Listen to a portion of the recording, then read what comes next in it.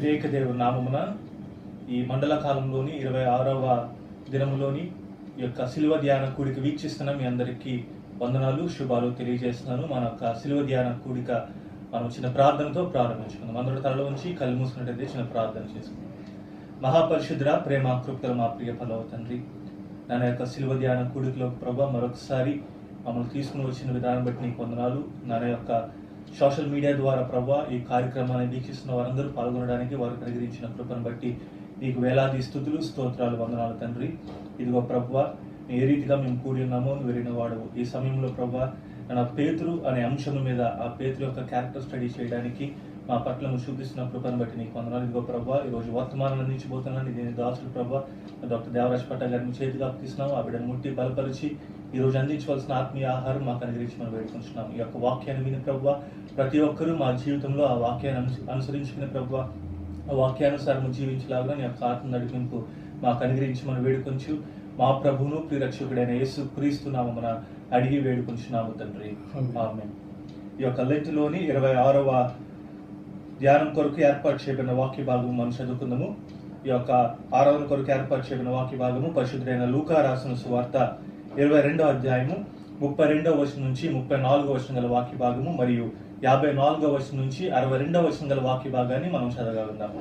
పరిశుద్ధుడైన లూకా రాసిన సువార్త 22వ అధ్యాయము 32వ వచనం నుంచి మనం చదవగలుగుతాం. నీ నమ్మిక తప్పిపోకున్నట్లు నేను నీ కొరకు వేడుకొంటిని.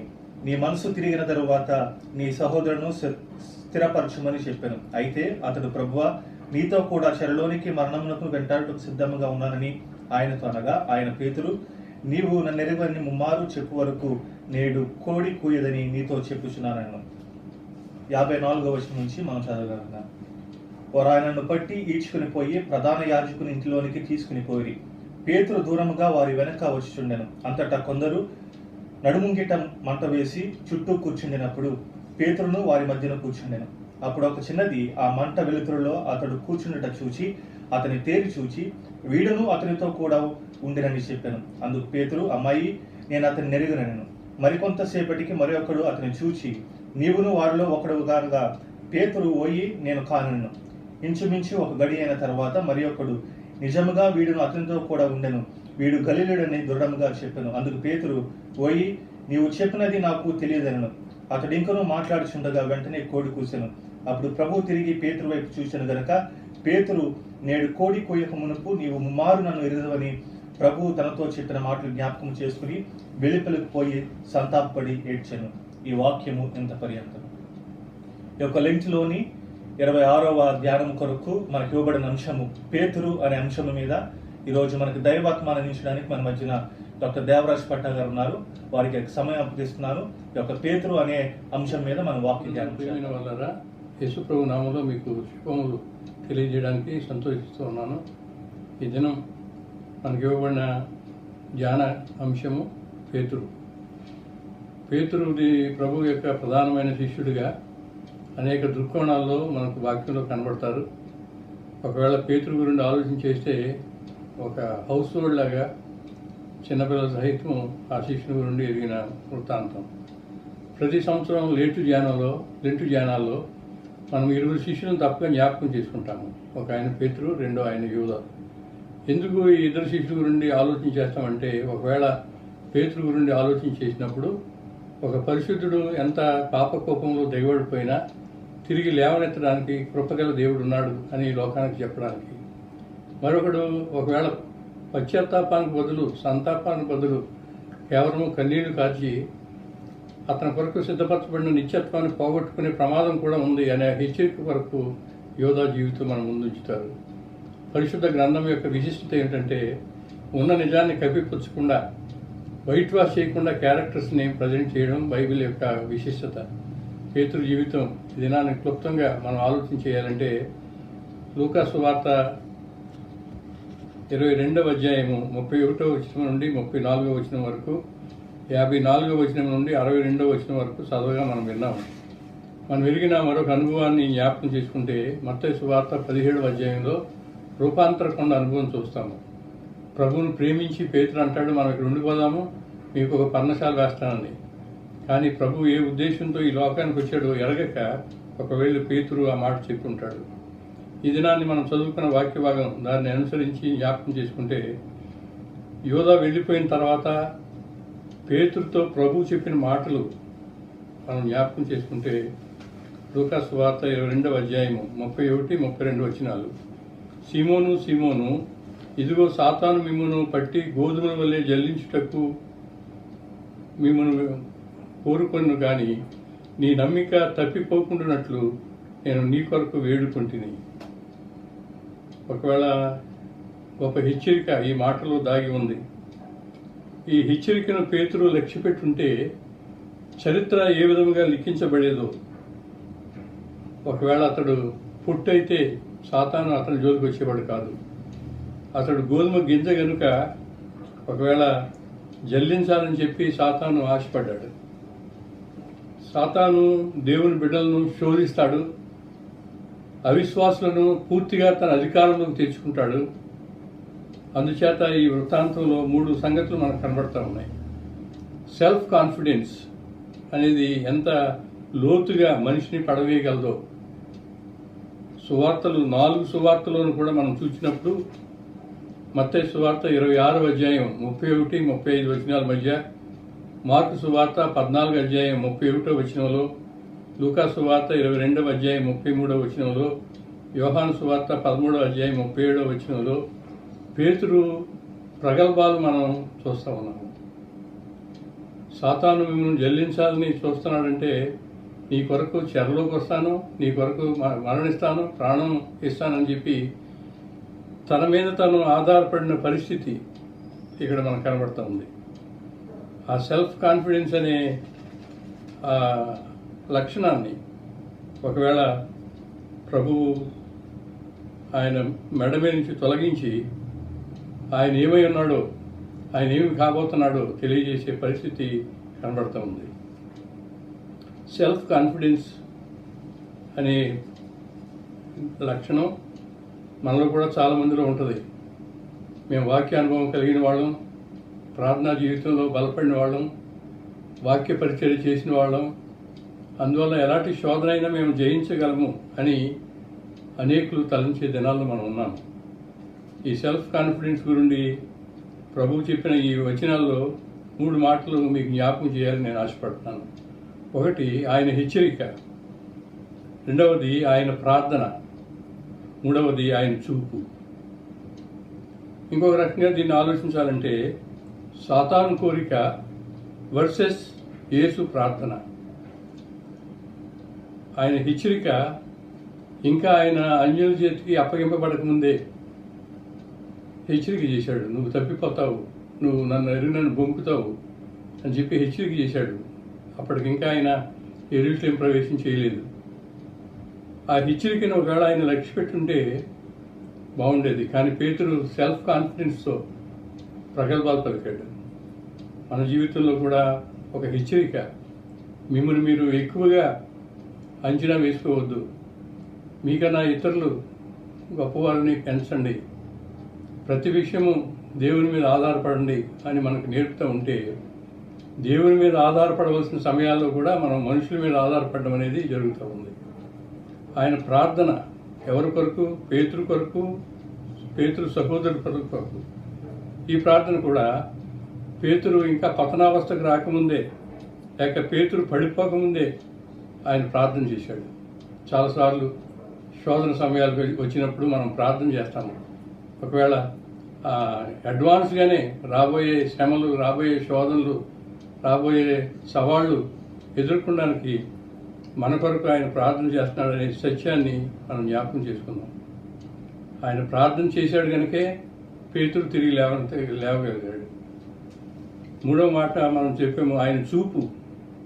లూకా సువార్త 22వ అధ్యాయము 62వ వచనంలో ఆ మాట మనం చూస్తాము.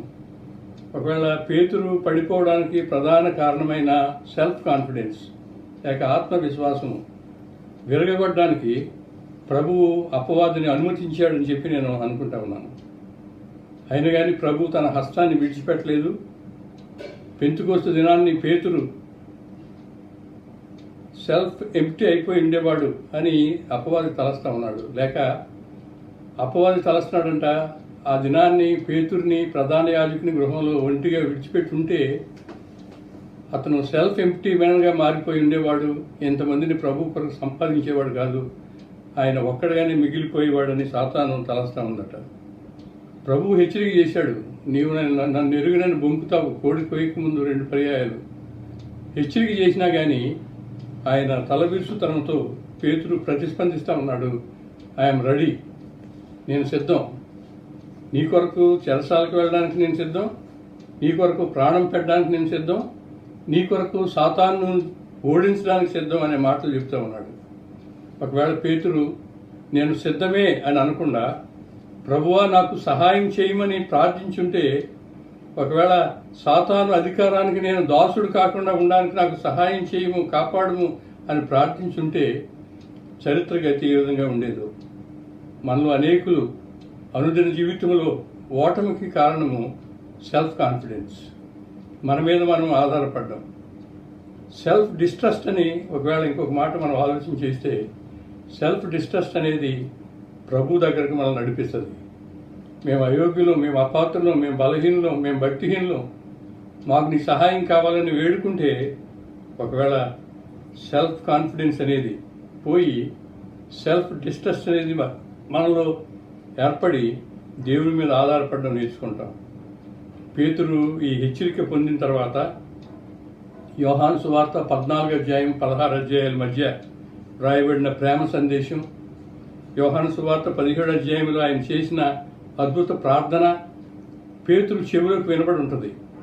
అందుచేత కెద్రోను ఓవు దాటి గెత్సెమనే తోటలోనికి వెళ్ళి ప్రార్థన సమయాన్ని పేతురు చూస్తూ ఉన్నాడు. ప్రభువు పేతురు పట్ల ఎల్లవేళలా ఒక ప్రత్యేకత కలిగి ఉన్నాడు. ఇక్కడ కూడా మనం చూస్తాం, తెలిసిన విషయమే. 8 మంది శిష్యులను గెత్సెమనే ద్వారం దగ్గర వదిలాడు. ఆయన ప్రేమించే 3 శిష్యులను కొంత దూరం తీసుకొని వెళ్ళాడు. ఇంకొంత దూరం, రాత్రి దూరం వెళ్ళి ఆయన ఒంటరిగా ప్రార్థన చేశాడు. ఒకవేళ ఈ లోక సంబంధంగా అంటారు, కిచెన్ క్యాబినెట్ అంటారు, ఆంతరంగికులు. అలాంటి ఆంతరంగికుల్లో ఒకటిగా ఉండే ఆధిక్యత పేతురు పొందాడు కనుక పేతురుని బట్టి ప్రభు ఎంతగానో సంతోషించాడు. కానీ ఈ గెత్సెమనే తోట సన్నివేశం మనం ఆలోచన చేస్తే, the master praying and the servants sleeping. బోధకుడు ప్రార్థిస్తున్నాడు, సేవకులు నిద్రిస్తూ ఉన్నారు. మానవుడు దేవుని మీద ఎలా ఆధారపడాలో నేర్పడానికి దేవుని సన్నిధిలో యేసు వేదన పడతా ఉంటే ఒకవేళ మానవుడు నిద్రపోతూ ఉన్నాడు. మానవ స్వభావం మనం ఆలోచన చేస్తే, పేతురు రూపాంతర కొండ మీద ఆయన మహిమను చూడవలసి వచ్చినప్పుడు నిద్రపోయాడు. ఈ గెత్సెమనే తోటలో ఆయన వేదన పడతా ఉంటే నిద్రపోతూ ఉన్నాడు. మార్కు సువార్త 14 అధ్యాయం 37-38 వచనాల్లో గెత్సెమనే తోటలో ఒక సన్నివేశాన్ని మార్కు ఈ విధంగా రాస్తా ఉన్నాడు. సీమోను, నీవు నిద్రించుచున్నావా? ఒక్క గడియను మేల్కొని ఉండలేవా? నిద్రపోవడానికి 11 మంది శిష్యులు నిద్రపోతున్నారు. ఆ 8 మంది అసలు పారిపోయి ఉంటారు. ఈ 3లో యోహాను, యాకోబులు కూడా పేతురుతో పాటు నిద్రపోతున్నారు. కానీ ప్రభువు పేతురుని సింగిల్ అవుట్ చేసి, సీమోను నీవు నిద్రించుచున్నావా? అంతగా పేతురు సాహచర్యాన్ని, సాన్నిహిత్యాన్ని ప్రభువు కోరుకున్నాడు. నిందతో కూడిన ఆర, నీవును నిద్రపోతున్నావా? అలా నిందతో కూడిన ఆరా చేసిన తర్వాత ఆయన జవాబు చెప్తా ఉన్నాడు, ఆత్మ సిద్ధమే కానీ శరీరము బలహీనము. ఎంత కృపగల దేవుడండి, ఎంత కనికరం చూపే దేవుడు. పేతురులో తప్పు పట్టడానికి బదులు నువ్వేం చేస్తావులా అయ్యా, నీ ఆత్మ సిద్ధంగానే ఉంది కానీ నీ శరీరం సరిగా లేదు అని ఆయనే పేతురును సమర్థిస్తూ ఉన్నాడు. 88వ సంకీర్తన 18వ వచనంలో, నా ప్రియులను స్నేహితులను నీవు నాకు దూరంగా ఉంచి ఉన్నావు అనే ప్రవచనం నెరవేరేటట్లుగా శిష్యులు ఆ విధంగా చేస్తూ ఉంటే ఒకవేళ వారిని బలపరచడానికి పరిశుద్ధాత్మ దినాలు ఇంకా రాలేదు. గెత్సెమనే తోటలో 3వసారి ప్రార్థన చేశాడు. యోధా ముద్దుతో అప్పగించాడు. ప్రధాన యాజకుని సేవకుడైన మల్కు చెవిని పేతురు తెగ నరికాడు. అందరూ ఆయన విడిచి పారిపోయారు. పేతురు గురించి ఒక భక్తుడు ఈ మాట చెప్తామన్నాడు, Peter was sleeping when he should have been watching and praying. ప్రభుతో పాటు కనిపెట్టి ప్రార్థించవలసిన పేతురు నిద్రపోతా ఉన్నాడు. Peter was fighting when he should have been quiet. ప్రశాంతంగా ఉండవలసిన సమయంలో పోరాడుతున్నాడు. Peter was running away when he should have stuck to his master. తన యజమాన్ని అంటిపెట్టుకునే ఉన్న సమయంలో పారిపోతా ఉన్నాడు. లూకాసు వార్త 22వ అధ్యాయం 34వ వచనంలో పేతురు దూరముగా వారి వెనుక వచ్చుచుండెను అనే మాటలు చదువుతా ఉన్నాను. పేతురు జీవితాన్ని కొద్ది మాటల్లో సంక్షిప్తంగా మనము పునర్విమర్శ చేయాలంటే, పేతురు పతనమైపోవడానికి, పేతురు పడిపోవడానికి 5 ప్రధానమైన కారణాలు ఉన్నాయి. 1, తను సిద్ధమే అని పలకడం, సెల్ఫ్ కాన్ఫిడెన్స్. 2వది స్లీపింగ్, నిద్రపోవడం. రూపాంతర కొండ మీద నిద్రపోయాడు, గెసిమనే తోటలో నిద్రపోయాడు.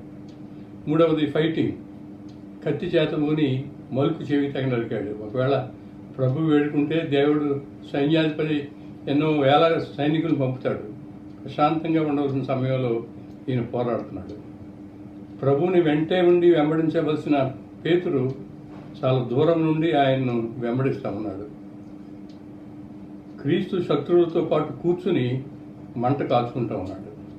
ఒకవేళ ఈ 5 మెట్లు పేతురు పడిపోవడానికి కారణమైతే, మన అనుదిన జీవితంలో మన పట్ల కూడా ఇలాంటి పరిస్థితులు ఉన్నాయి. మనం కూడా పేతురు వలె ఒకవేళ లోకమనే మంటలో చేతులు కాల్చుకుంటూ ఉంటే అదే పరిస్థితి. ఆయన అప్పగించే వారితో పేతురుకి ఏం పని? ఎంతోమంది శత్రువులను ఎదుర్కొనవలసి వచ్చింది. దాన్ని బట్టి ఒకవేళ యోహాను వలె ఆయన సమీపంగా ఉండి ఉంటే ఈ ఇబ్బంది ఉండేది కాదు. పేతురు తన భాష, తన కట్టుబాటు, తన పద్ధతిని బట్టి ఒకవేళ ప్రభు యొక్క మనిషిగా గుర్తింపబడి వారి చేత అవమానింపబడ్డాడనే సంగతి చరిత్రలో మనం చూస్తూ ఉన్నాము. నేను చాలాసార్లు ఆలోచించాను, ఈయన గలిలయుడైన యేసుకు సంబంధించిన వాడు అని అనిపించుకోవడం అనేది గొప్ప ఆధిక్యత. కానీ అలా అనిపించుకోవడానికి ఇష్టం లేని పరిస్థితిలో పేతురు ఆయన ఎవడో ఎరగనని బొంకుతాడానికి ప్రారంభించాడు, ఒట్టు పెట్టుకోవడానికి ప్రారంభించాడు, ఒక చోట నుంచి మరొక చోటకి పారిపోవడానికి ప్రయత్నం చేస్తున్నాడు. ఒకవేళ ఈ దినాన్ని మన భాషను బట్టి, మన కట్టుబాట్లను బట్టి, మన ఆచార వ్యవహారాలను బట్టి ఎవరైనా ఈయన యేసుకు చెందినవాడు అని అంటే నేను అనుకుంటాను, అంతకన్నా ధన్యత మన జీవితంలో మరొకటి ఉండదు. కనుక పేతురు లోక సంబంధమైన మనుషులతో కూర్చోడం అనేది ఒకవేళ మనం ఆలోచన చేస్తే, మొదటి సంకీర్తన నాకు జ్ఞాపకం వస్తుంది. మొదటి సంకీర్తనలో దుష్టులు ఆలోచన చొప్పున నడువక, ఆయన నడవక అసలే. 2వది నడిచినా పర్వాలేదు కానీ నిలబడకు, నిలబడినా పర్వాలేదు కానీ కూర్చోకు. కనుక పేతురు ఈ 3 పనులు చేసినందువల్ల ఒకవేళ అలాంటి దుస్థితికి, అవమానానికి అప్పగింపబడే స్థితికి వచ్చాడని మనం గమనిస్తే, 3వసారి కోడి కూసింది లూకాసు వార్త 22వ అధ్యాయం 61-62 వచనాలు చూసినప్పుడు ప్రభువు తిరిగి పేతురు వైపు చూచాను. ఆయన చూపులో ఏముంది? ఒకవేళ ఎలాంటి పరిస్థితుల్లో నన్ను ఎరుగనని బొక్కుతావా అని ఆయన అంటలే, గాయపడిన ప్రేమ. పేతురు నిజంగా నన్ను ఎరుగువా, నీవు నన్ను ఎరుగనని బొంకినా సరే నేను నిన్ను ఎరుగుదును, నిన్ను ప్రేమించుతున్నాను అని పేతురు తర్వాత ఆ ప్రేమతో కూడిన చూపు మీద ఆధారపడి ఆ 3 దినాలు ఆయనతో ఉండడం అనేది మనం ఎరుగుదాం. 62వ వచనంలో ఉన్న ప్రాముఖ్యమైన మాట పేతురు సంతాపపడి అనే మాట. ఇందాక నేను జ్ఞాపకం చేశాను, repentance is different from remorse. ఒకవేళ రిపెంట్ అయినందువల్ల పేతురు రక్షింపబడ్డాడు, కేవలం కన్నీళ్లు కార్చి దుఃఖించడం వల్ల యోధ నాశనం అయ్యాడు. కనుక ఈ దినాన్ని మన జీవితాల్లో ప్రభు పాపులమైన మన కొరకు మరణించాడని గమనించి, యేసు మరణము చూసిన పేతురు మనకు నీవు తప్పిపోకుండానట్లు నీ కొరకు వేడుకుంటున్ననే మాటలు ఆయన చూపు నిరాశ నుండి తప్పించి పశ్చాత్తాప కార్యానికి నడిపించినాయి. కనుక ప్రభు యొక్క విజ్ఞాపన ప్రార్థన మనల్ని అపవాది శోధన నుంచి తప్పించేదిగా ఉంటుంది. మనం తప్పిపోకుండా ఉండడం కొరకు మన కొరకు ఆయన వేడుకుంటున్నాడనే సత్యాన్ని గమనిద్దాము. ఆయన అప్పగించడానికి మనం సిద్ధపడినా ప్రేమతో మన వైపు చూస్తున్నాడనే సంగతి మనం గమనిద్దాము. ఈ రెండు వాక్య భాగాల నుండి ఈ దినాన్ని మనం నేర్చుకున్న సత్యాలు: ఒకటి, it should teach us to walk softly, prayerfully and ever keep near to the lord. ప్రభువుకు సమీపస్తులుగా మనం ఉండాలి. ప్రార్థనా జీవితంలో సమీపస్తులుగా ఉండాలి. లోక సంబంధమైన నడక విషయంలో జాగ్రత్తగా ఉండాలి. రెండవది, strong point in reality the weak point. ఒక వ్యక్తిలో ఏది బలమైన అంశం అని అనుకుంటామో అదే ఆ వ్యక్తిని పడదూసేది. మోసే సాత్వికుడని పిలువబడ్డాడు, కానీ ఆయన కోపంతో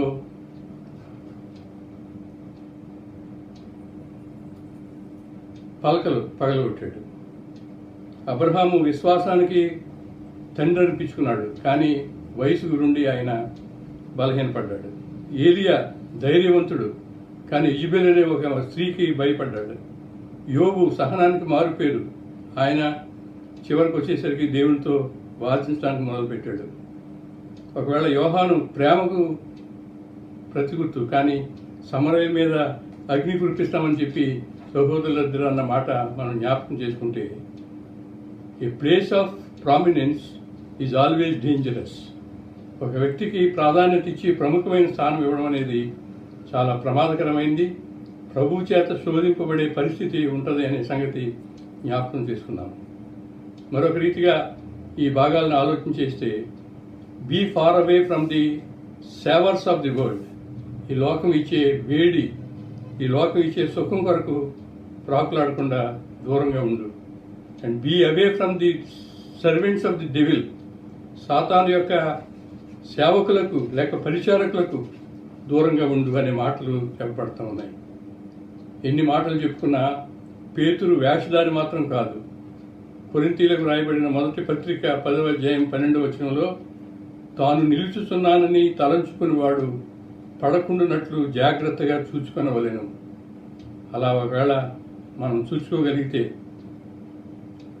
మన విషయంలో ప్రభు శిలువలో చేసిన ప్రేమ కార్యాన్ని అంగీకరించగలిగితే, ఆయన ప్రార్థనలు మనకు కంచుకోటగా ఉన్నాయని విశ్వసిస్తూ ఉంటే, ఆయనకు సమీపస్తులుగా మనం నడుస్తూ ఉంటే, పేతురు వలె తన మీద తాను ఎక్కువ ఆధారపడకుండా దేవుని మీద ఆధారపడడం నేర్చుకుంటే మన జీవితాలు జయ జీవితాలుగా ఉంటాయి.